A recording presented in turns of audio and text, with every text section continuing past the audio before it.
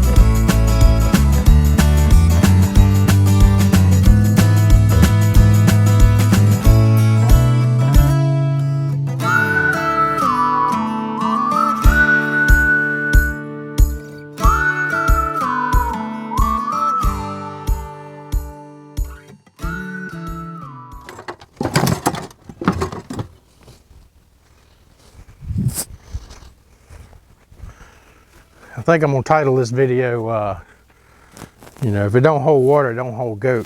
That's one of the things. The pallets did work pretty well.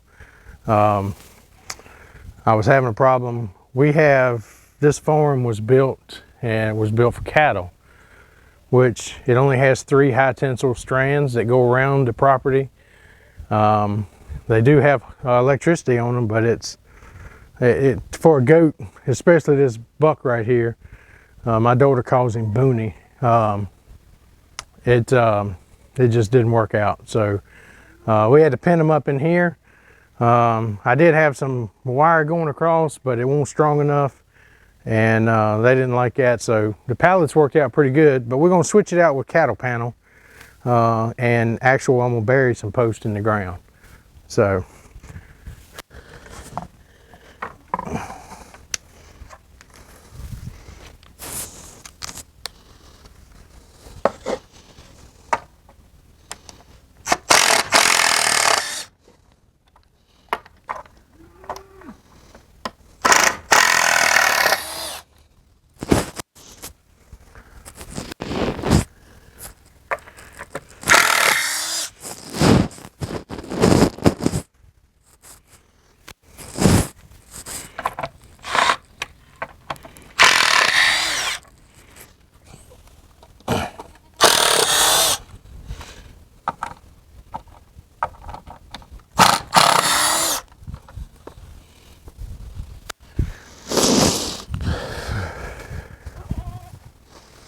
basically what I done was is I put the pallets, and then I screwed them together with just deck screws, and then drove a T-post in between them. And the back side held up pretty good, but this front side, they're leaning on it a lot. And the main reason is I didn't really have a gate. So I bought a gate. We're gonna make it permanent, and eventually this may be, I may use it as a pen where I can put in a gate where the kid goats can go through, but the moms can't, and have a creep feeder in there for them for minerals and a little extra feed. And then if I don't want to use that, I mean, I can use it for a show pen if we want to have just show goats in here, or if I want to have, yeah, I could even put one of the small calves if I need to quarantine a calf or something. I can put that in here, give them some shelter, isolate them away from the rest of the herd. And so just kind of a general purpose pen. This was a car shelter that we had at our other house, and I basically took it apart and then moved it here. Now I did have to buy, to make it a shelter, I bought 2 extra, was 4 pieces of tin to finish bringing the tin all the way to the ground, because originally it just stopped about midway, just over the lip. So if you got a place that sells tin, you know, most of the time, the only thing is the color's a little different, but it's an agricultural barn. We stay with green, but it's 2 shades of green. That's the closest I could get to it. So the guy did give me an option. If you want to do that, you can take the newer tin and kind of put it more towards the, or take the roof tin off, especially if you've got one side that's visible compared to the other. So I could have took the 2 roof pieces off and put the 4 brand new pieces on this side, because that's the side closest to the house. And then the faded side would be on the pasture side. But we're far enough away, it really didn't matter. So, but if that is something that you need to work with, and you want it to look good, and put all the new pieces on the visible side.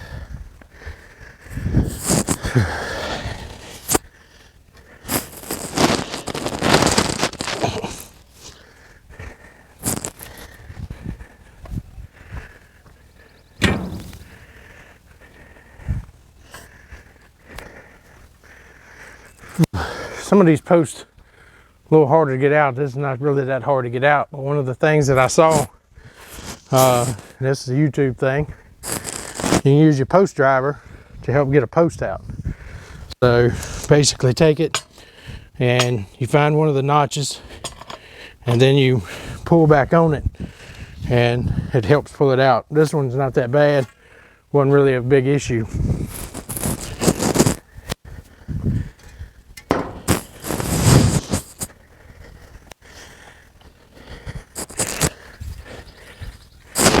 It's also extremely wet right now, so posts are coming right on out of the ground, so I didn't really need this.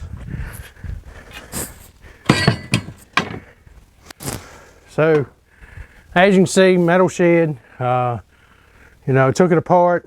It's not as level as it should be. I put it on a pasture. It was something we had to put up kind of quick. But it worked great for our purpose. Repurpose everything you can, just like I'm gonna repurpose them pallets. Probably make some shelves for our greenhouse. That'll be the next project that we do. We're gonna try to do a cattle panel style greenhouse, small, at least for this year, and then we may work to something more permanent, but this year we're going to try to do a cattle panel. But it worked great. So the plan is I'm going to fence that completely in, put post all the way through. It won't have an exit. Do cattle panel, and then over here I'm going to do cattle panel and then put a gate right here. So repurposing a carport shed, you know, sometimes you see these for sale on different social media, and you know, if you need something, this is a good option. It wasn't that hard to take apart.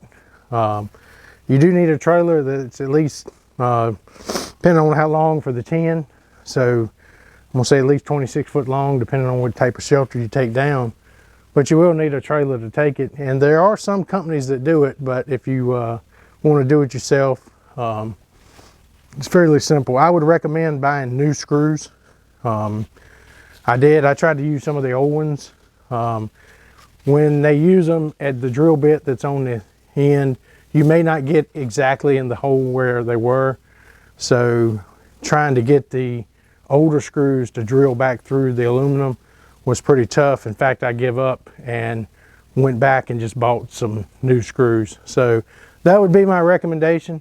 If you are setting it up, you know, you can save some of them, but just go buy new screws. It's a whole lot easier, better drill bit, and it works a whole lot better. So there are the cows. We purchased those at the very end of last year. It's a mix between Angus, some red Angus, and then all of the calves are a cross between Angus and Speckled Park. I'm looking to do that next year. In fact, we have a Speckled Park, purebred Speckled Park bull that we have put back in there, so to breed them back for next year. And then we'll decide. So this is still our building year as far as our cattle operation. We started out, we've got 8 mamas, and we're going to try to breed all of them this year and start our cattle operation.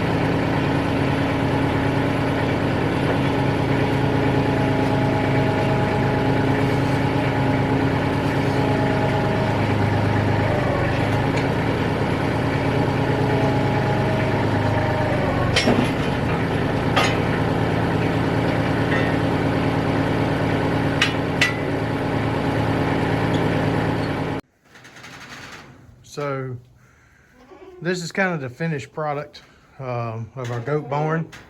that we're gonna do. We've got post in the corner. I done a T-post in the middle mainly because, again, I'm trying to save posts. I got several projects. I done a post here and then a post at the end. This one right here, I wanted to kind of keep in line with the gate. So as you'll see, I'm gonna turn around. So we've got the gate right there. And then we also got a post here, and then I put a T-post in the middle as well. So I put that bale of hay right there. Be careful with that. I've kind of learned, again, I thought these goats were big enough to where they couldn't get through. But the little doe right here, she can get her head through it. And then when she gets her head through it, she gets caught. So the buck right there and then the bigger buck can't do that. So it is kind of a good idea. You know, you kind of, I didn't put the whole round bale in here and they kind of eat off of it. Eventually I may try to put the round bale in here. I've got a feeder. One of the things that I want to go to for my goats is the square bales if I can, but round bales are just a whole lot easier to find and to get around. Nobody square bales around here much anymore. It's almost like special orders, but it works. If I keep the bale pretty close, I just kind of push on it. The calves are getting through the fence and eating on the other side, so it's almost like a creep feeder for the calves as well. But this is our goat barn, or right now is a goat barn. As I said in the earlier videos, or the earlier segment, is, you know, we can kind of use it for a lot of things. Right now I'm kind of using it to control the goats, to keep them from getting in the yard when I do the rest of the fence in this area. So this is a finished product. Stay tuned and I'll kind of recap and finish up the video. Well, welcome back. I know it's a little bit different day. I was going to finish up and we done our goat barn. You can kind of see, we'll walk over there. I'm kind of up on the uphill next to the house. But we finished our goat barn. Got the fence put in. That's going to be more permanent. That's going to be our holding pen later. And I also wanted to point out kind of the dirt piles. That's where our other barn's going to be. And I kind of wanted to say where we was going to kind of give you some updates of what we're going to be doing on the farm here in the future. So right in this area right here, where the tractor's sitting, where the Massey Ferguson is sitting, I've got the bush hog. This has been a lay down area during the construction zone. But anyway, the plan is I want to put a shop right in this area right here. The agricultural barn will be here. And then this area right here will be kind of a parking and lay down area. Basically it'll be gravel because we'll be coming in and out. But I want to have it to where I can come in, make a turn back up to the agricultural area where we can offload and load any of our animals. So that's one of the bigger projects that we're starting to work on. And as you can see, we got the the house is done. We've got still got to work on the yard. We've got a lot of stuff that we've got to do with that.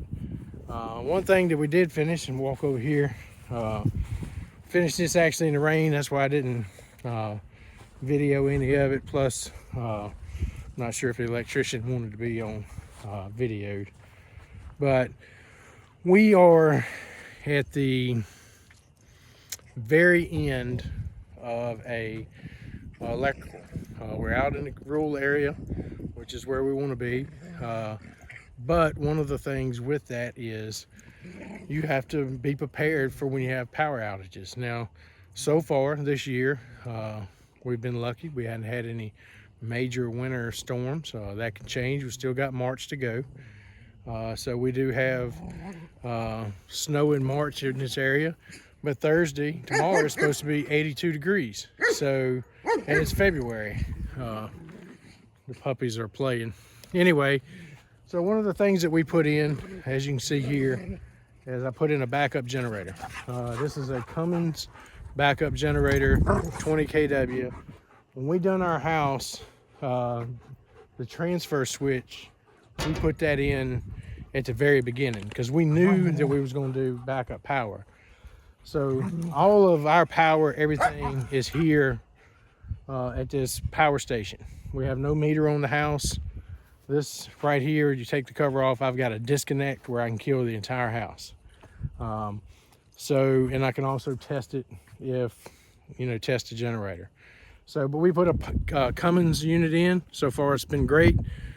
We've done a load test on our house with the heat pump on, the water heater, trying to make hot water, and our furnace going. And I was only pulling 25% of the load of the house. And that's with some lights on. We have gas stove, so that's not really going to be an issue. And we didn't test it with the dryer. So I doubt we'll be, we may have to dry clothes, but we still may have to do some load management if you're going to power up everything. So anyway, that's where we're at. I hope to have some more videos coming out. I actually had somebody ask me why I haven't posted in a while, so I'm gonna post again. Like I say, we finished with our power station.